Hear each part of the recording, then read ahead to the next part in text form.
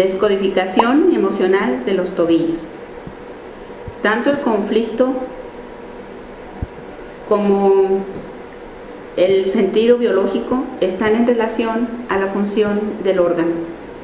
La función de los pies es el movimiento, la flexibilidad y es también la dirección, dar dirección a una situación. Los tobillos pertenecen a la segunda capa embrionaria llamada mesodermo nuevo y están en relación a una desvalorización, a una incapacidad de lograr lo que yo quiero. También se refieren a sentirme yo separado de la madre. Cuando hay una separación entre la madre tiene que ver porque los pies representan la función materna. La parte externa de los tobillos expresa la ira, la rabia, el coraje y también que yo he reprimido y que no he expresado. Cuando yo tengo un esguince de tobillo, estoy manifestando un conflicto en relación a una dirección.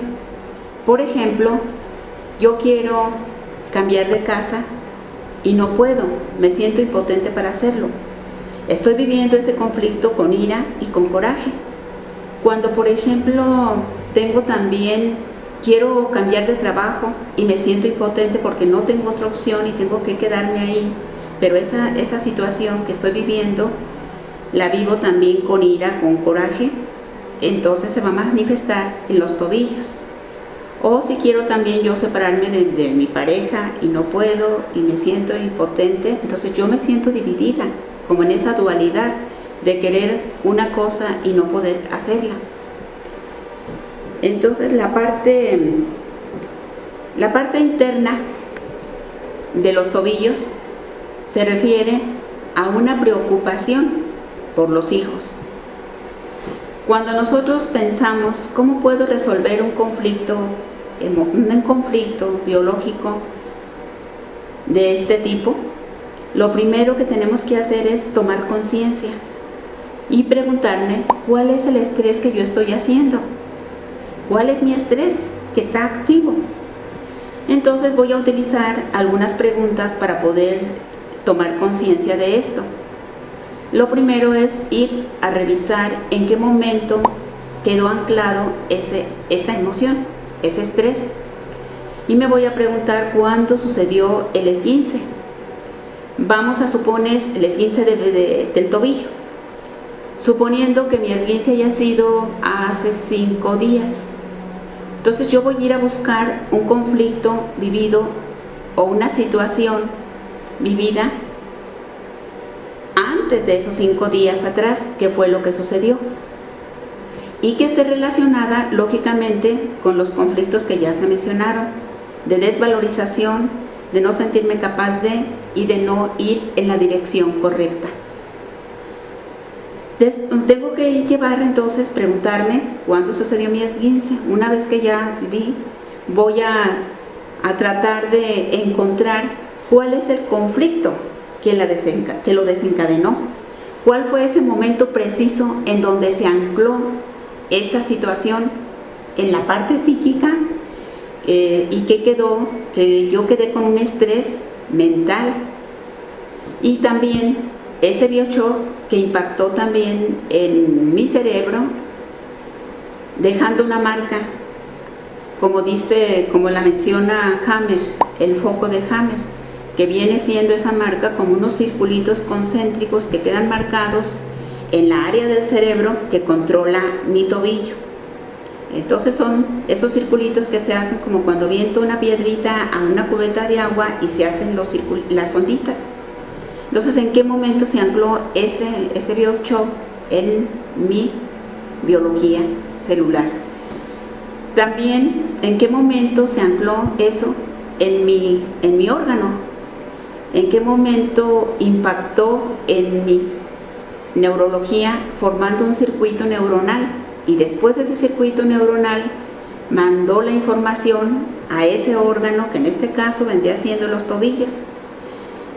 Y así, de esa forma, yo tengo que llegar a buscar cuál fue el conflicto, ese momento preciso en que se ancló esa emoción y que fue el conflicto desencadenante. Una vez que encontramos el conflicto desencadenante, ese momento preciso, voy a ir retrocediendo también en mi vida, como en esa línea de la vida, ir recorriendo mi historia hacia atrás, para poder ir a ver en qué momento este conflicto que ahora se desencadenó fue programado.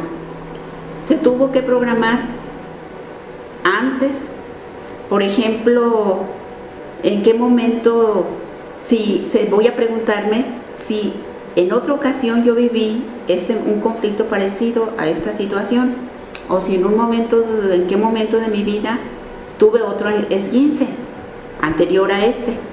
Y entonces, pues ya tomando en cuenta que si tuve otro esguince anterior, ahí fue donde se programó el conflicto. Y si tuve una situación semejante de vivir este conflicto de dirección, pero anteriormente, entonces a ese le vamos a llamar el conflicto programante. Y una vez que tomamos conciencia de esto, podemos empezar a sanar.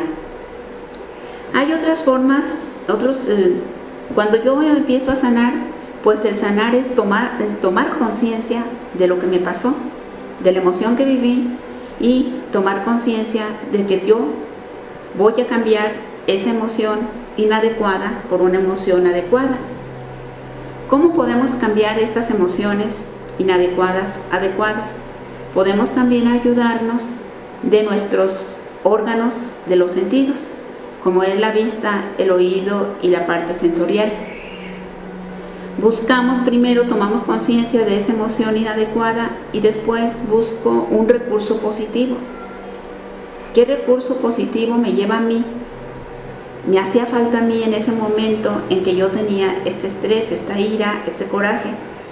Puede ser un conflicto que yo diga, puede ser un recurso positivo el decir, pues me faltaba en ese momento tranquilidad, serenidad.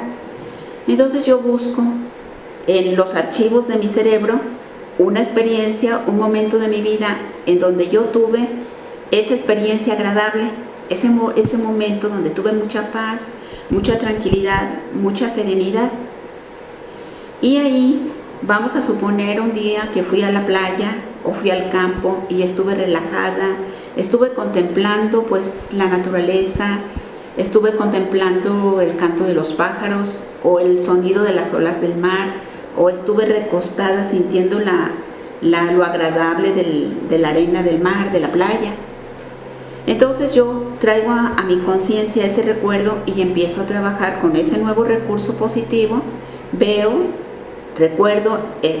ese recuerdo, lo veo, lo siento y lo escucho. También podemos utilizar la técnica de la respiración en 4 tiempos. Inhalo y cuento mentalmente 1, 2, 3, 4. Retengo en 4 tiempos y exhalo en 4 tiempos. Con esto termino esta sesión.